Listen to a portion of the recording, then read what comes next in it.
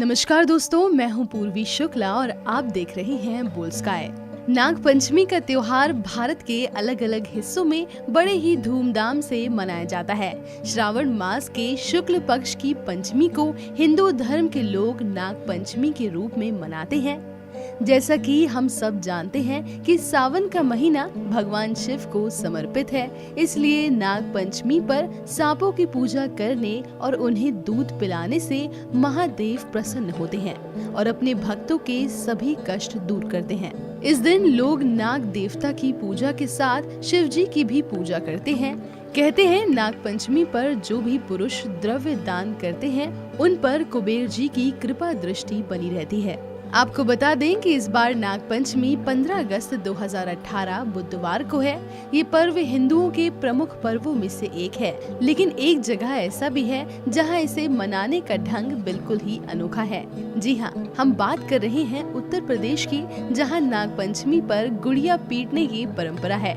घर की महिलाएं पुराने कपड़ों से गुड़िया बनाती हैं और उन्हें नाग पंचमी के दिन चौराहे पर छोड़ देती हैं, जिसके बाद लड़के इन गुड़ियों को डंडे से पीटते हैं। वैसे तो इस अनोखी परंपरा को लेकर कई तरह की कहानियां प्रचलित हैं। उन्हीं में से एक कहानी कुछ इस प्रकार है। कहते हैं एक राजा की बेटी थी जिसका नाम गुड़िया था। गुड़िया को एक राजकुमार से प्रेम हो गया, लेकिन वो राजकुमार उसके पिता के दुश्मन का बेटा था। इसलिए गुड़िया के पिता और उसके 7 भाइयों को उसका ये प्रेम स्वीकार नहीं था। इस बात से क्रोधित होकर उसके 7 भाइयों ने उसे दंडित करने के लिए बीच चौराहे पर बांध दिया और लाठियों से उसे पीटा, जिससे उसकी मृत्यु हो गई।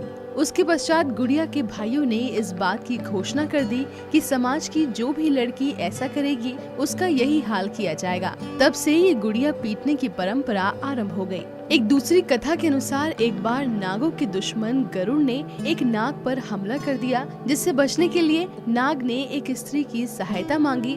उस वक्त उस औरत ने नाग की मदद कर दी, किंतु बहुत देर तक वो ये सत्य छिपा नहीं पाई और गरुड़ को नाग के विषय में बता दिया। तब उस महिला से क्रोधित होकर नाग ने उसे श्राप दिया कि साल के एक दिन ऐसा आएगा जब उसकी पिटाई की जाएगी।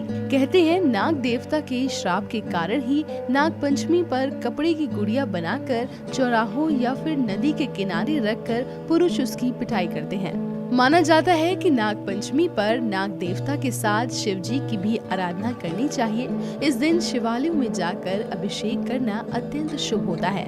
इसके अलावा घर के दरवाजों पर सांपों की आकृति बनाकर उस पर पुष्प चढ़ाकर धूप जलाना चाहिए। नाग पंचमी पर ब्राह्मणों और सपेरों को दान करना भी बहुत फलदायी होता है। ऐसी मान्यता है कि इस दिन पूजा पाठ करने से सांपों का डर खत्म हो जाता है। साथ ही यदि घर के किसी सदस्य की मृत्यु सांप के काटने से होती है तो ऐसे में अगर कोई 12 महीने तक पंचमी का व्रत करे तो नाग देवता का आशीर्वाद प्राप्त होता है और दोबारा ऐसी घटना का भय नहीं रहता। इस वीडियो में फिलहाल इतना ही। हम जल्द लौटेंगे ऐसे ही वीडियोस के साथ। तब तक के लिए देखते रहिए बोल स्काई।